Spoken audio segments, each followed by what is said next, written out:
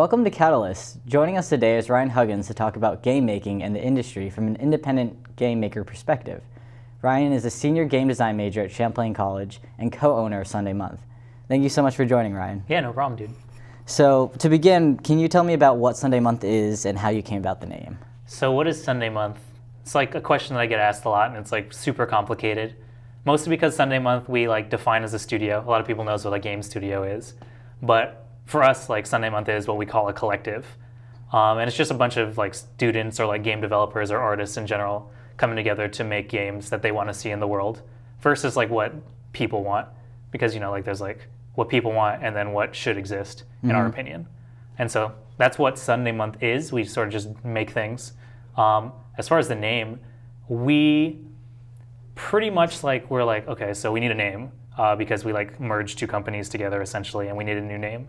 So we went into a room, like in a basement at Champlain College, grabbed a bunch of whiteboards and just came up with a bunch of names. We had some names like Dad Games, Paper Hat, Weathered Sweater, and like Good Looking Games, which I really liked. But everyone thought it would be like too pretentious, which I agree with, but we thought it would be funny. Eventually we settled on Sundae Month though, and there's like really no reason why we chose that name over like all those other names. But at the time, I think everyone was just really happy with it. And so far, like everyone's been like super happy with the name. Yeah, no, it's really interesting. You mentioned that you're collaborative or collective. I've heard the term collaborative, collective, or industry, and there's a difference. Can you talk a little bit about that? Or So collective is like a slightly newer term, I'd say. So there's like art, like groups of people that like make things, just like they grab random people from like a group and they like form other smaller teams inside of like an umbrella like corporation, and they make things. And then there's studios, which are like a group of people who like are specifically tasked to make to make this one thing. We like to call ourselves a collective because we're not really hiring anyone. We have a bunch of people that we like write contracts for like monetary purposes and like legal purposes. But for the most part, we just make games and like with whoever we want. Like it's not about like who's part of it, like Sundae Month, so much as like, do you want to make art with us? And then like it just happens, and then we make games / art / videos / webcomics / whatever. just a bunch of things. Yeah, pretty much. Okay, cool. And so for you personally, what's your role in the Sundae Month group team? So I am one of the co-owners of the company. That means I have a lot of weird roles. Yeah. So I'm the CFO technically, like according to our legal incorporation documents. So I do a lot of I talk about finances a lot. We've just recently started making like enough to like have to like look at finances. Other than that, I am just a game developer. I just make games. But I do a lot of like a lot of talking at like events and stuff. But so does Matt and so does James. So like we all sort of like share the same role, and those are like the other owners of the company. Wow, and is that a role that you kind of learned as you took it on, or did you have some previous experience? The CFO? Yeah, like leading. It's a big thing. As far as leading is concerned, ever since I was like younger and like working at RPG Maker online, talking to people, I've always tried to create groups of people who like wanted to make stuff. It doesn't always work out. So like before Sundae Month, there was like another smaller group that we called ACPCP, and that was like mostly just a group of friends like working together to make games during like school, like extracurricularly. So as far as leadership is concerned, like I've always been interested in bringing groups together, but I've never really been like in a role where I was like legally the leader of something. And I'm not technically. There's like two other owners, but it is like different. But it's like normal. Like we're all friends. Like we don't really bring up how like what our role is in the company very often. Right. And we just make games together. Oh, that's really cool. And so speaking of your friends, who are the other key players and the other people, and how many people are involved in Sundae Month? So Sundae Month is, and so back to like the whole idea of it being a collective, the number of people in Sundae Month is extremely fluid. Okay. So we don't actually have like a definitive number of people in Sundae Month at any time, but there are the 3 owners and then our musician who we consider a permanent member of Sundae Month. And you guys will hear like, I think later on some music from Jack or something, so. Cool. That's awesome. And you're making games, creating this group. How long have you known you really want to do game making? It seems like a big thing. That's like a good question. So when I was like 5, 6, no, when I was 9. Wow. So when I was like 9, I was like in class and I played like a Mega Man Battle Network game, and I was like, dude, I want to make this. It was like the first day that it clicked that people made games. Like until then, and like I think this is like with a lot of people, it's like you don't really realize that games or like things in general, like TV shows and stuff, have people behind them making them. And I thought it was like one day it sort of just clicked that this had like people had to make this sort of stuff. And I realized at that point that I like sort of was really interested in playing games, and like I wanted to learn more about what it was like making games. I think I was in like 5th or 6th grade whenever I started actually like looking into it. Back then I wanted to be like a novelist and like an artist and like a police officer. So like I wanted to be a lot of things, but game development was one of them. And I guess it sort of just stuck. And I decided to come to school to do so. Okay, that's awesome. And I don't know, did you have any programs when you were in like middle school, high school where you could explore game making, or that was something until you came to college you didn't really have access to? So a lot of like in elementary school and in middle school, there was definitely nothing at the time. I think like nowadays there are like more like programming programs and stuff. So what I did is we had like a 500 megahertz processor computer, and like I would like Google like how to make games or like how to do things, like how to draw, etc. So a lot of the things that I learned actually came from like Googling and like really just trying to figure out in whatever way I could how to make this stuff like happen. And I thought that was like super interesting. And it's like really important, and something I notice a lot of people now don't do is they don't like go to Google when they need when they have a question and like really, really, really deeply look for it, because people are like really, really used to the information just being like right at their fingertips. So like I don't see a lot of people who want to be game developers like really dig. They like simply like ask questions on forums and hope, and they get superficial answers a lot of the time, and they really hope, and like I really hope that we can, like as Sundae Month, as like schools, because I also want to be like a teacher at some point, but like really like get students to figure out, like a lot of it is up to you, and like I think like we can talk about that more as much as you want, but as far as like me making games, that's like, or like how I learned how to make games. Where you began. That's like what I learned. I like learned from the internet. Wow. I mean, that's a great way to learn, like self-taught, spend the time doing it is really what it comes down to. Yeah. So you started and found your love for video games like 5th, 6th grade and came to college for it. And freshman year of college, you decided you wanted to create a collective that makes games with a group of friends. And that's like, you were just starting learning, or not learning, but you know, it was your first year. And so tell me about how that came about in your head, where you're just like, yeah, I want to put a team together and make games. So it's normally like pretty natural that it occurs that way, for me at least. I didn't actually come to school like believing that I would make a company while I was here. Like that wasn't really my intention. My intention is always just to make games. So what happened was that we went, like pretty much I came to school, I was like, okay, so this is a place where a lot of people want to make games. A lot of talented people want to make games. Pretty much what I did is I like just stalked everyone on Facebook. And I was like, okay, so which of these people do I think would work best with me? Or like who do I think has art that I like? Or like is like a person that I think would be like a good programmer or something, et cetera, et cetera. So eventually I found Brooke, who is like one of our current artists. And I was like, wow, this is someone who can draw. So let's try and make a game together. So I talked to them, and pretty much it just like snowballs from there. There was like a game jam, and I met James Shasha, one of the other owners right now. And pretty much what happened is like James and Brooke decided to just bring like a whole bunch of people to this game jam. And I was like pretty pissed, to be honest with you, because like I'm not the type of person who likes to just grab a bunch of random people to bring in, which is something like at that time I didn't like to do. Sundae Month is like almost all about that now. But I think it was because of the experience of just grabbing a bunch of people at a game jam and like it turning out like a lot, like it was really fun to meet a lot of people and see like artists that I wouldn't typically work with come together and make something. And I thought that was like super valuable. And I guess James did too. And like we decided to create a small group of people who would make games. At the time it wasn't like a real studio. We call it ACPCP. We just made games. We released like 3 games. One of them was like Dolphin Squadron, which was like a game I made my freshman year. That was your first game you guys created? Yeah, the first game that I released as far as like this dynamic path to like Sundae Month. So it's not technically a Sundae Month game actually right now, but when I re-release it, it will be. So. Oh, cool. Awesome. Well, you mentioned Brooke Shipman, one of your artists, and we actually had an interview with her earlier before, so I think we should just take a look and see what Brooke has to say from an artist's perspective. Cool. Coolest part of Sundae Month, we all like anime. We all play a lot of Smash Brothers.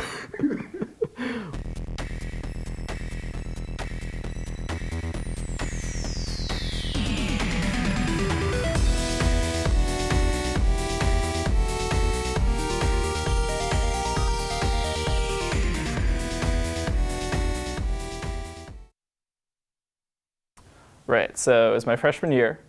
I had game history, as all game major students have.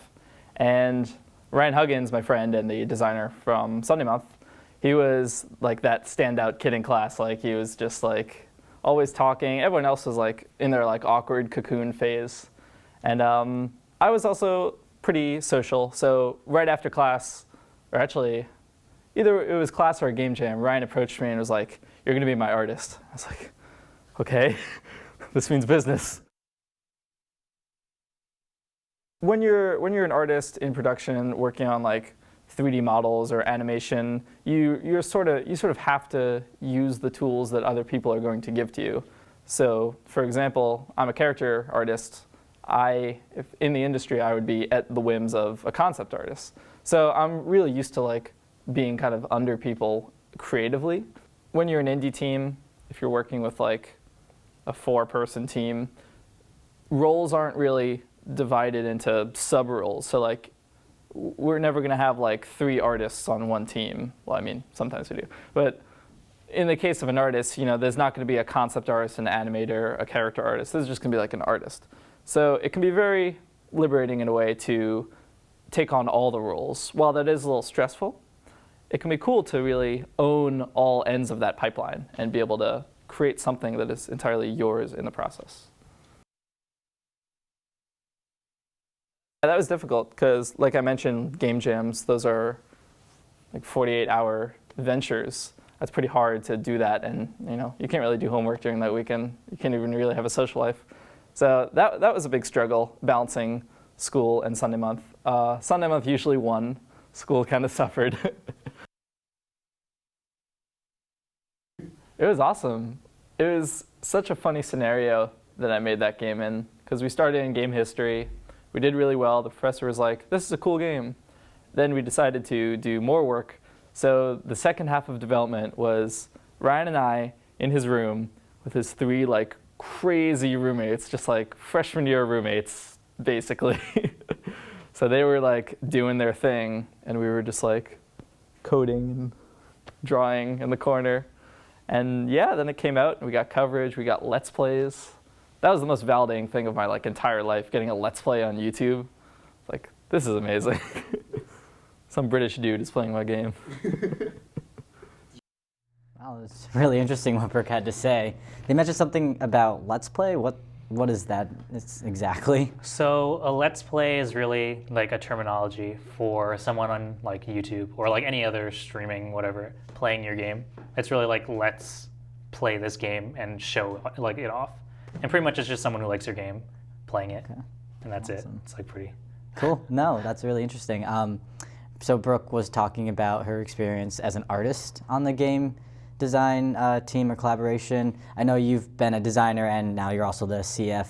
Can you talk about, or CFO, sorry. Can you talk about what that's like from your perspective from those 2 jobs? So most of the people that we bring onto Sundae Month who aren't strictly artists are typically like designer, artists, programmers. Mm-hmm. And that's just because it's like a lot easier. Like we like to see people make games before we like work with them. So a lot of the time we find a bunch of people who like have made games before. So with that said, I'm like a programmer, artist, designer. So I don't really have like a strictly designer perspective to give. The first game that I've actually just been a designer on, and that's changed, I'm like a programmer designer now, but was Dadquest, which is a game that we're like releasing in like a year or something, and we just kickstarted it. But as far as being a designer is concerned, it's like really difficult to say like what the difference is between the 2. You are like quote unquote like in charge of the design, but on such a small team you don't actually have control over anything. Mm-hmm. Everyone like just it's like a fluid discussion. Mm-hmm. And like I guess as a designer you just sort of say like, well, that doesn't make balance sense. Like mm-hmm. that might not be fun even if it sounds cool. Mm-hmm. But at the end of the day, a lot of the ideas aren't like, people think of designers as idea people. Okay. And it's really like, as a designer, if you want to call yourself a designer, you should probably have a lot of ideas. But really on a small team, everyone is an idea person. Right. And a designer is more of a balance or like, let's make sure this feels good type of person. Right. So while Brooke would focus on making the game look good, mm-hmm. If I was like strictly a designer, my goal would be to make sure that the game is fun, like is not frustrating, and like feels good. And those are really the only like things that, and like the player feedback makes sense. So like they know what they're doing. And other than that, like really, what are we doing other than like making something? And like consider, or rather because we consider these games art, a lot of the time the designer role doesn't even matter as much as it would in a typical game.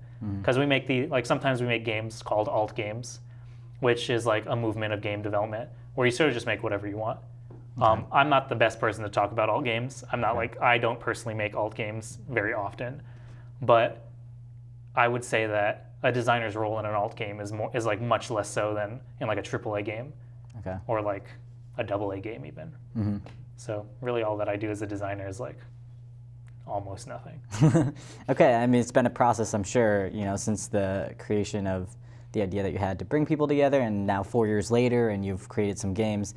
Can you tell me some important lessons that you've kind of taken from your experience? So my freshman year, I came into the school. I was like really expecting to be like not great, and like I came to school and I was like a little overprepared. So I became like for lack of a better word, like just an awful human being for like the longest time. I was like really overconfident and like really wasn't like sure I even wanted to stay at school. So like what I learned is that in game development, you really have to push through like all of the hard times. And it is almost parallel to my life that I decided to stay in college instead of dropping out. You'll hear a lot of stories about successful game developers who drop out of college. I think that staying in college was the right decision for me because it's where I met all of these people who like essentially have made it possible for Sundae Month like to exist and made it possible for me to make games that are like being seen by people as opposed to small stupid games like that no one would ever see.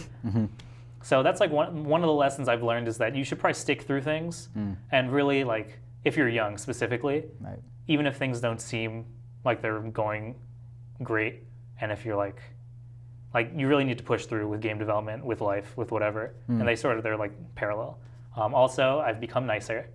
I'm much less of like an ass, but I don't know like where that came from. I don't know if you guys are gonna like need to beep that out or anything, but like I'm not sure. Like a lot of like things have changed from me as a freshman to me now, and a lot of them are like life changes. And I think a lot of people like to think of their career and like school and like all those sort of things as separate to game development or like as separate to like their life. And like I think that they're all connected. And one of the biggest parts, or one of the things that I say all the time is that make what you love a part of your life. And like for me, I've made game development like a huge part of my life. And it's like hard for me to not think about games or not bring games into discussions. Of course, like you have to a lot of the time, but like it's very difficult. And I think that I've learned to make it a part of my life. And that's really the only way you can really become successful in these sort of things. No, I think that's spot on. I think like as a young professional, you need to love what you do and do it well. And the only way to do that is to do it and involve it in every part of your life some way. Yeah, there's like passion there. Yeah, like I really think personally that the people who do well are the people, not even the people who are the most talented, but really the people who really integrate what they love into their life.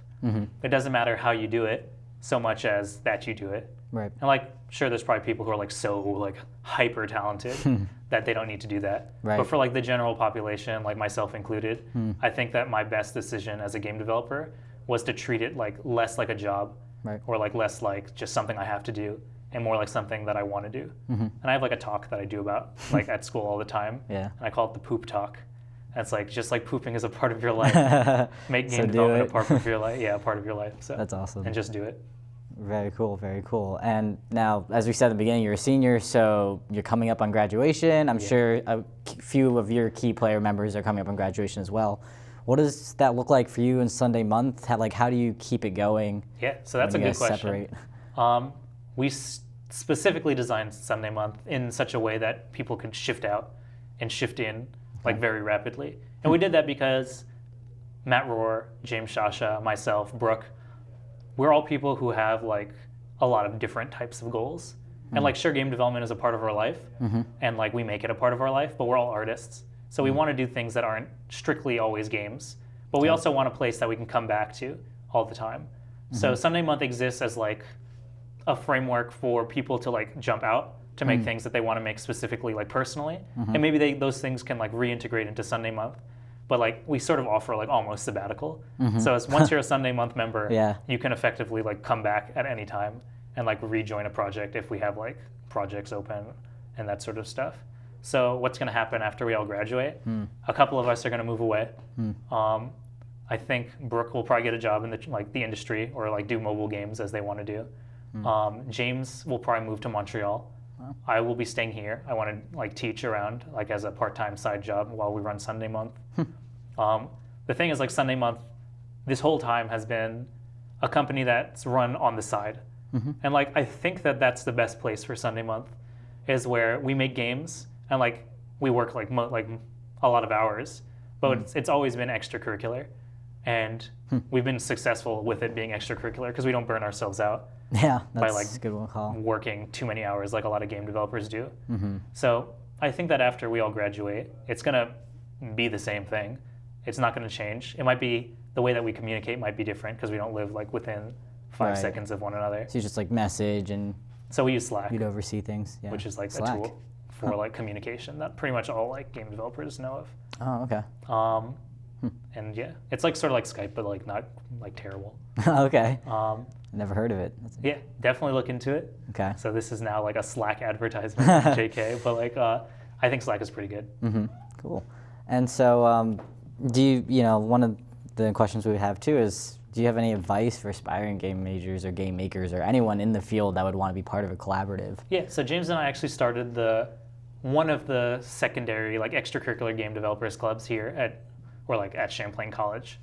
So the advice that I would give is, like I sort of said earlier, is that really to make games you just need to like get up and like make games, but don't like obsess over them. Just make them something that you do normally. Like spend time making games. If you want to make games with a group of people, my best advice ever is if you've never made a game with a group of people before and you don't have like some sort of timeline, like for example, if you're just in school and you want to make a game extracurricularly, my personal best advice is to make a game that's way overscoped. Yeah. Like make a game that is so out of your reach that you guaranteed would never be able to make it, but with a group of people. And by stressing yourselves over like making this huge overscope game, what happens is that you come together as a group. You guys all come together, you try to make a narrative. You guys all come together and try to make like the gameplay. And what you find is like where are our limitations as a team? So where do we end up, like if we don't know what we're doing, like where do we like finally hit the wall? Right. And then after that you just don't make that game. And you make something else that's more appropriately scoped that you sort of probably like for the most part come up with as you're making this like horrendously out of scope game. I think that works the best to like facilitate teams, is like mutual investment in a project. Right. Everyone will fail, but like with that failure comes a lot of knowledge about how to proceed and make games. And like I hear a lot of developers talk about make just a ton of games, make 100 games. And I think that is valuable. And I think that you can go to game jams and make a bunch of small games.